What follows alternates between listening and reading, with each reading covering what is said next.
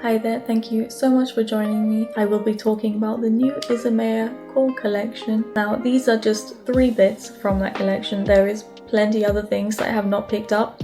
I'll be going through each one, trying it on in a video I took earlier to make this look here. And just generally my first impressions of them. I'm sorry by the way if you hear the washing machine in the background, it sounds like it's about to take off. So first up we have the Sculpting Stick, which I have in shade Walnut. Now I think I speak for many people when I say that when they first launched this, there was not enough swatches to help decide what shade to get. And looking at the website now, I mean there's swatches of them, there was swatches of them when it first came out, but it's just kind of in a bit of a weird order. I'll put them up on the screen here. Of course you've got the first 3 lighter ones, and then you've got some darker ones with varying undertones. Then you've got 2 which I don't think are darker than the ones before that, but they're still after them.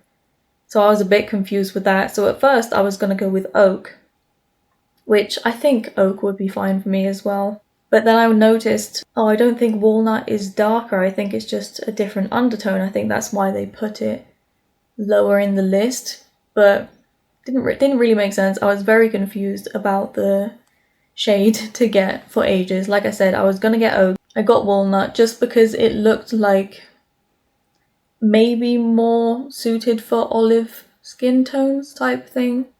Yeah, and I can confirm it does look quite an olive shade in person. So it retails for £35 currently. It does describe itself as a creamy blendable texture that glides smoothly onto lips, cheeks, eyes, delivering a fresh, naturally radiant finish. And like all of the products in this line, it does mention having some skincare ingredients. This one in particular has ceramide boosters that claim to hydrate and protect from environmental toxins.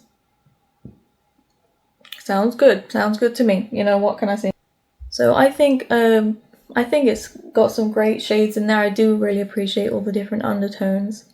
I just think that I wish they made it easier to figure out what one to get, because you look at the models and there's not one model wearing Walnut still. So I was mainly going to get Oak because there's one lighter skinned model and it says she's wearing Oak as well as another shade. So then I'm thinking, am I seeing the other shade? Am I seeing Oak? Anyway, my first impressions of this, I would say, is definitely good. I do like it in general. It's very soft and smooth going on, and it does blend out very easily. I will say that I think it gets a bit stuck in hairs, just like I noticed around my hairline. I had to quite, at some points, really blend in more than other places. I do think that it can be sheared down a lot if you accidentally apply too much or something like that. It can be built up a lot. One thing I'm very curious of is that I'm pretty sure in a video, in one of Isamaya's videos, she mentioned that it sets in place.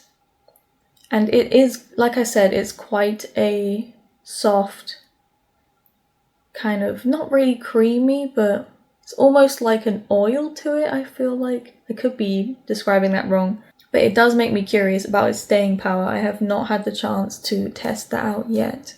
All in all, like I said, I'm generally impressed. I do think the packaging here does require quite a strong pull to get the cap off, but at least it's secure. I do love all the packaging for this whole collection. I think it all looks great. Okay, next up we have Face Glaze in shade Glass. Even though there's only one shade right now, maybe they're coming out with more shades, who knows. So this particular product is quite interesting because it's a product that can definitely give that editorial vibe to just everyday looks, to everyday people very easily. So I'm here for that. Here, $38. And it's described as a hydrating gel-based facial balm. So you can basically use it anywhere on the face, you know, high points. I've used it on the high points and the eyelids today. Brown algae extract and phyto collagen. Hydrate, nourish and plump. So my first impressions of this product is pretty good. I will say that the packaging kind of confused me at first because you have all of these sort of solid, like very silver, very shiny packaging for all these other products that I know of.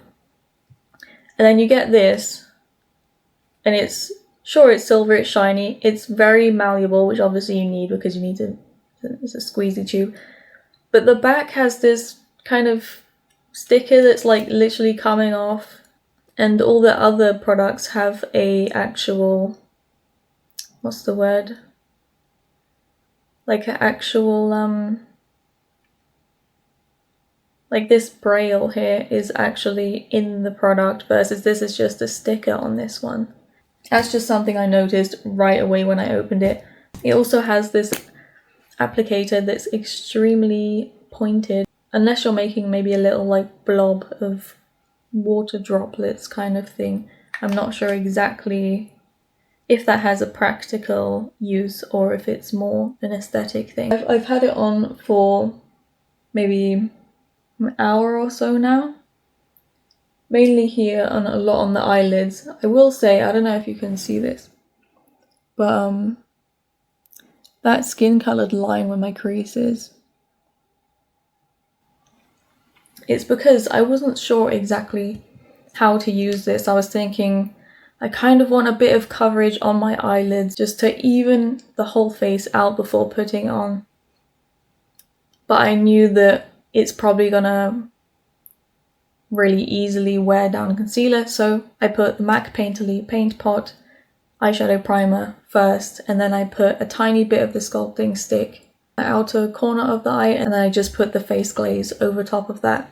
But as you can see, it has worn down the eyeshadow primer completely, so I'm not sure exactly how I would do a glossy lid in the future if I want coverage on the eyelid, because I mean, where else can you do an eyeshadow primer? Is like the thing that will stay if something's gonna stay, you know what I mean? So I think it would be great just if I wanted to do more of a no makeup look and just have a glossy lid, some mascara, maybe not have everything so full coverage. I can have some time sensitive eyes, and this has been on my lids, you know. I wouldn't be surprised if it's moved a bit, but I have not felt a thing, no stinging, no nothing. And last but certainly not least, we have the Metal Lip Balm. So as you can see, this has actual braille on the side.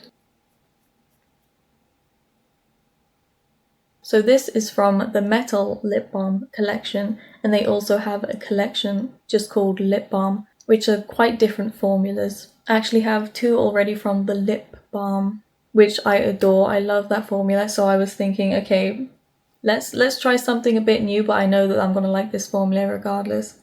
I have the shade Bronzite, which once again, when they first launched this, and to be honest, still it's quite difficult to, if you really want to be precise on what shade you get, it's quite difficult to understand what the shades look like.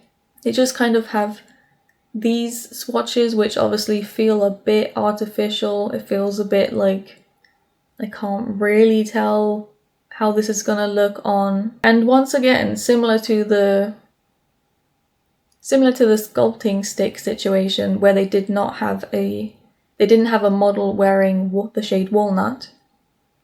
They did not have a model, and they still don't have a model wearing Bronzite, so I was thinking, oh, I really want this shade, I think this is going to be a great shade, but I would like to be able to fully tell and see it on an actual human. Right now I'm filming this on the 22nd, and it was only the other day, I think, that Isamaya showed a video swatching all of the lipsticks on her arm and wearing them in a little Instagram video, but honestly, I still feel like they look different to what they look like when I take pictures of them. Maybe I don't know. I have tried different lighting. You know, I do just genuinely think that mine always look a lot more gold, and you can barely really see the gold in the shade Bronzite on their swatches and on their videos and stuff.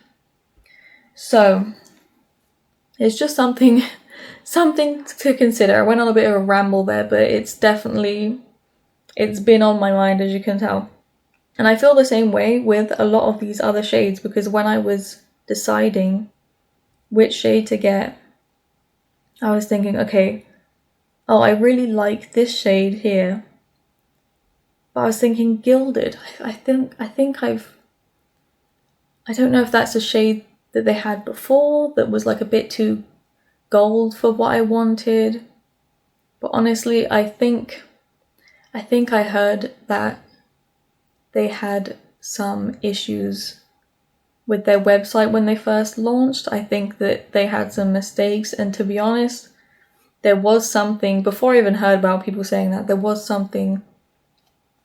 I'm pretty sure this picture here had a different shade. I'm like 90% sure, 95% sure it had the shade 1 penny, because because of this picture, I was really thinking about getting 1 penny. But then I was thinking, wait a minute, this lady has 1 penny too, and it looks completely different. But now, obviously, this first picture here, it's gilded, so unless I misread it, unless I just misunderstood somehow, it's gilded. Anyway, to say the least, there's been a lot of confusion, I think, for everyone around this shade, around this collection and swatches and all that stuff. Anyway, does not take away from how great I think the products are. The metal lip balms retail for £27. They're described as a prismatic emollient-rich lip glaze. Similar to the other ones, in the description they had a specific ingredient or two that they credit most for the formula, but in the description they just mentioned that it's emollient-rich. Maybe that's what I'm missing. Anyway, I think that the metal lip balm in Bronzite, I love it. Isamaya specifically described this one as being a chocolate brown with gold and purple reflex, which I don't really see the gold reflex even in the closer up images I've done. Maybe slightly, if I'm really looking, maybe slightly, but I mainly see gold in the reflex. So when I first tried it on, I thought, ooh, I don't know if I can wear this shade without a lip liner. But I don't have a lip liner on here, and honestly, I don't think it's that bad. I think it definitely is nice without a lip liner. I just think it's a different vibe, you know. I think the compact is great. It also comes out, and you can put it into their previous collection, what's it called? Previous collection cases, as well as the case that comes with this collection, which I want, and I'm gonna try to get when they restock it. I just think it's a great shade. I think for some people, shades like this on lighter skin tones, such as myself, can be a bit daunting, can be a bit, oh, is it gonna look weird? Is it gonna look like I just ate a bunch of chocolate? You know what I mean? But I think it looks great. I think it looks kind of, I don't know, there's a certain elegance to it, you know, even though it's such a metallic gold brown kind of shade, there's quite an elegance, I would say, to it. So I would love to try other shades, but that's about it. What do you think about this collection? Is there anything that catches your eye? Perhaps you're eyeing up one of the metal lip balms? Anyway, thank you so much for watching. I'll see you in the next one.